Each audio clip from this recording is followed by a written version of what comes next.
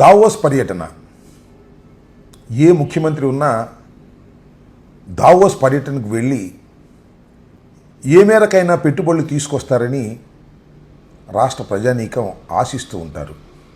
ఆశించే విధంగా పత్రికలు కూడా చాలా పెద్ద ఎత్తున ప్రచారం చేస్తాయి. ముఖ్యమంత్రి గారు దావోస్ వెళ్ళారు, దావోస్ నుంచి అనేక పెట్టుబడులు తీసుకొస్తారు, ఆంధ్ర రాష్ట్రంలో ఇన్వెస్ట్ చేస్తారు, ఉద్యోగ అవకాశాలు పెరుగుతాయి, అభివృద్ధికి దోహదపడతాయి అనేటువంటి మాటలు హెడ్డింగ్స్ పెట్టి అన్ని పత్రికలు రాస్తూ ఉంటాయి. ముఖ్యంగా చంద్రబాబు నాయుడు గారు లాంటి సీనియర్ మోస్ట్ పొలిటీషియన్, ఉమ్మడి రాష్ట్రానికి 2 సార్లు ముఖ్యమంత్రిగా చేసినటువంటి వ్యక్తి, అంతేకాదు హైదరాబాదు అభివృద్ధి అంతా నా వల్లే జరిగిందని ప్రచారం చేసుకునేటటువంటి వ్యక్తి, అనేకమైన ఇండస్ట్రీస్ ఉమ్మడి రాష్ట్రానికి తీసుకొచ్చానని ఆయన కోసేస్తూ ఉంటాడు. ఈనాడు, ఆంధ్రజ్యోతి ఫ్రంట్ పేజీలు పూసేస్తూ ఉంటారు. ప్రజలు చదివి నిజమా అబద్ధమా అర్థం కాక కన్ఫ్యూజ్ అయిపోతూ ఉంటారు.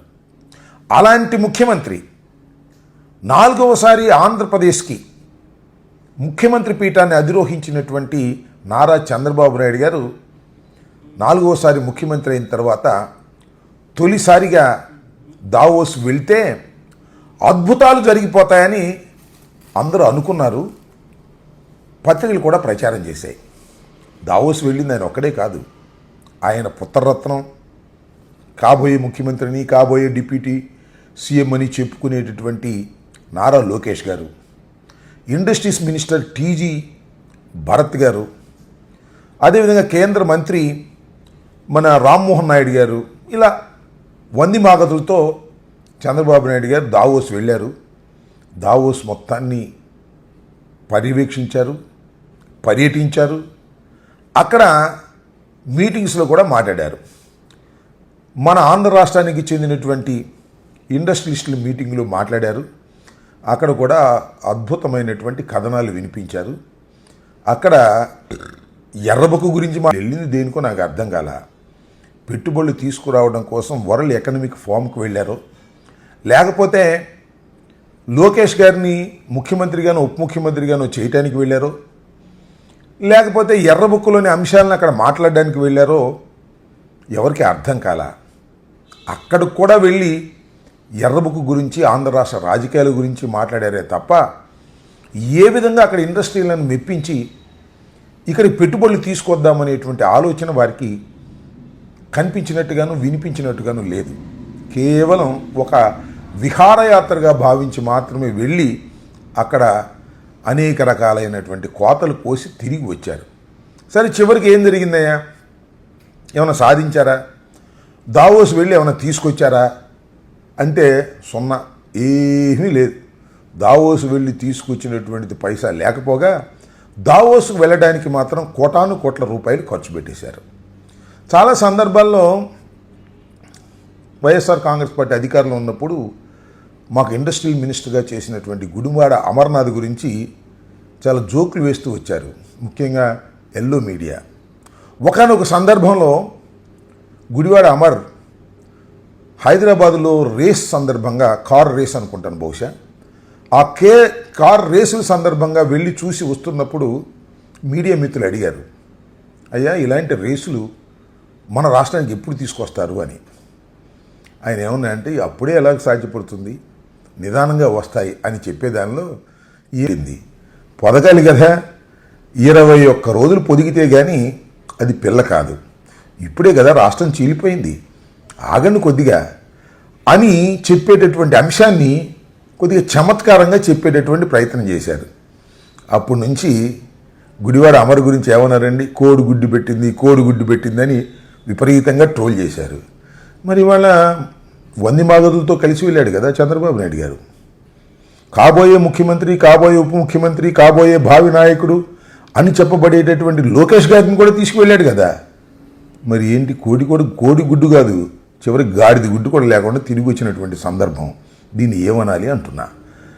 ఏదో చంద్రబాబు నాయుడు గారు వెళ్ళారు, వస్తారు, వచ్చే సమయానికి నారా లోకేష్ గారి బర్త్డే జరుగుతుంది. ఆ బర్త్డే సందర్భంగా అనేకమైనటువంటి పెట్టుబడుల వెలువను ఆయన ప్రకటిస్తాడు అని అందరూ ఎదురు చూశారు.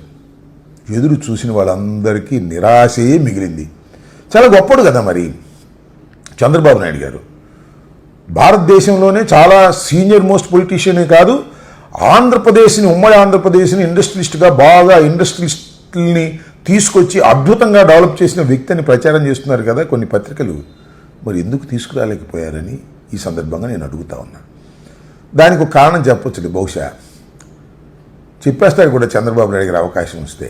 ఎందుకంటే 5 సంవత్సరాల పాటు చంద్రబాబు నాయుడు గారు పరిపాలన లేకపోవటం వలన, జగన్మోహన్ రెడ్డి గారి పరిపాలన ఉండటం వలన ఈ సంవత్సరం నేనేమీ తీసుకురాలేకపోయాను, ఆ దుష్పరిణామాలన్నీ దాని మీద పడ్డాయని చెప్పొచ్చు.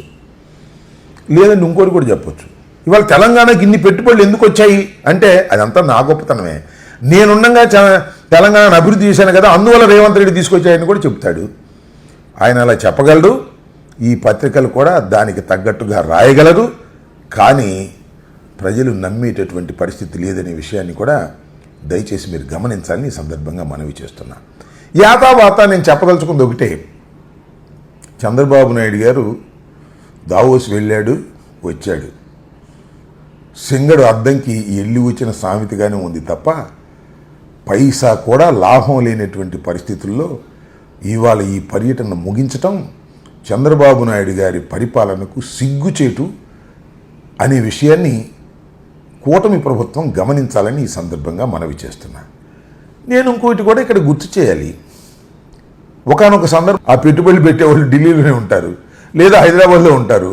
మనం పిలిస్తే విజయవాడ కూడా వస్తారు, దావోస్ దాకా వెళ్ళి రావాల్సిన అవసరం ఏముంది అని కూడా అన్నాడు.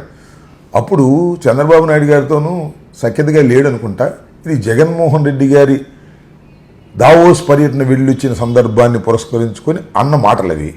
మరి పవన్ కళ్యాణ్ గారు, డిప్యూటీ సీఎం గారు మరి ఇప్పుడు ఏమంటారు? దావోస్ వెళ్ళి చేతులు రెండు ఊపుకుంటూ వచ్చినటువంటి తండ్రి కొడుకుల గురించి ఏమైనా కామెంట్ చేస్తారా? కామెంట్ చేయరా? బహుశా కామెంట్ చేయరు అనుకుంటాను. ఎందుకంటే మీ ప్రభుత్వం అని మీరు అనుకుంటున్నారు కదా, అందువల్ల మీరు కామెంట్ చేయకపోయినా ప్రజలు మీరప్పుడు చేసిన కామెంట్స్ మాత్రం ఒకసారి గుర్తు చేసుకుంటున్నారనే విషయాన్ని పవన్ కళ్యాణ్ గారు కూడా గమనించాలని మనవి చేస్తున్నాను.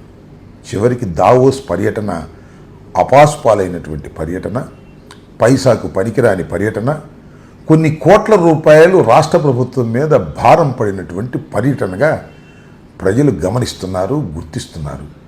తెలుసుకోవాలని మనవి చేస్తున్నాను. ధన్యవాదాలు.